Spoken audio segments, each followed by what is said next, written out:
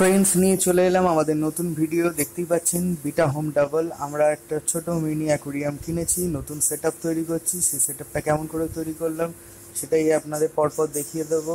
এখানে দেখতে পাচ্ছেন খাবার ছিল অপটিমাম, আর তারপরে আমরা যে নতুন ছোট ছোট মাছগুলো এনেছি, মলি আছে, গাপ্পি আছে, জেব্রা আছে, সেগুলোকে আমরা প্রথমে অ্যাক্লামেটাইজ করে নিচ্ছি। প্রথমে জলের সঙ্গে জল দিয়ে ওটাকে একটুখানি আবহাওয়ার সঙ্গে মিলিয়ে নিচ্ছি।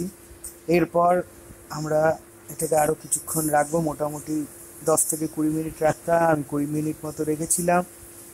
সেখানে রাখবার পরে আমরা সেই মাছগুলো আমাদের নতুন সেট আপের ভেতর দিয়ে দেবো। এখানে প্রথমে যখন তৈরি করছি হয়তো অনেক কিছু জানি না, আপনাদের কাছ থেকে সাজেশন নেব। আপনারা কমেন্টে জানাবেন কি করলে আমাদের এই মিনি অ্যাকুরিয়াম আরও ভালো থাকবে। দেখতেই পাচ্ছেন মাছগুলো আমরা ছেড়ে দিলাম এবং রাত্রিবেলাতে আমরা মোটামুটি এইভাবেই রেখেছিলাম।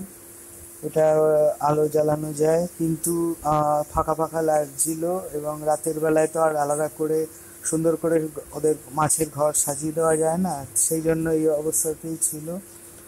তো সারা রাত মোটামুটি এভাবেই ছিল। অল্প কিছু খাবারও দেওয়া হয়েছিল, কোনো অসুবিধা হয়নি।